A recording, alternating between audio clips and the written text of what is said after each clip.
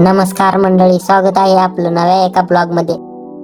तर आज आम्ही चाललो होतो पांडुरंगाच्या दर्शनाला। तर तुम्हाला माहिती आहे का पांडुरंगाचं मंदिर विशाखापट्टणम मध्ये पण असू शकते? माहिती नसेल तर चला दाखवतो। ज्याला माहिती त्याने कमेंट बॉक्स मध्ये सांगा। कसं आहे, आरके बीच पासून थोड्याच अंतरावर आहे आणि आता आपण मंदिरापाशी पोहोचलेलो आहे। मंदिर पाहून खूप मस्त वाटलं। पहिल्यांदा वाटलं नव्हतं की एवढं खूप सुंदर मंदिर विशाखापट्टणम मध्ये असू शकतं। तर चला आत जाऊन पाहूया। तर या मंदिराचं नाव पांडुरंग स्वामी असं आहे। आतमध्ये आल्यावर खरंच पंढरपूरला आल्यासारखं वाटतं, कारण मंदिराची रचना पंढरपूर मध्ये असलेल्या मंदिरासारखी केलेली आहे। पांडुरंग स्वामी मंदिरात येणाऱ्या प्रत्येक भक्ताला एक वेगळीच शांती आणि सकारात्मक ऊर्जा अनुभवायला मिळते। अनेक भक्तांच्या मते पांडुरंग स्वामीच्या दर्शनाने मनातील चिंता दूर होतात आणि जीवनाला योग्य दिशा मिळते। मंदिरातील वातावरण अत्यंत पवित्र व शांत असून येथे येणारा प्रत्येक भक्त पुन्हा पुन्हा येण्याची इच्छा व्यक्त करतो। माझे माहेर पंढरी ही भावना केवळ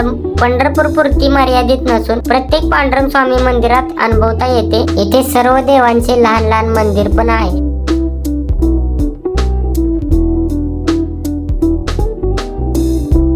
हे गणेश मंदिर आहे। त्याच्याच पुढे गेल्यावरती हनुमंताचं मंदिर आहे।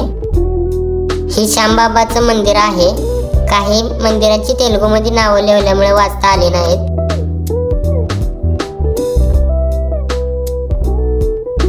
शेवटी मेन मंदिराची प्रदक्षिणा घेत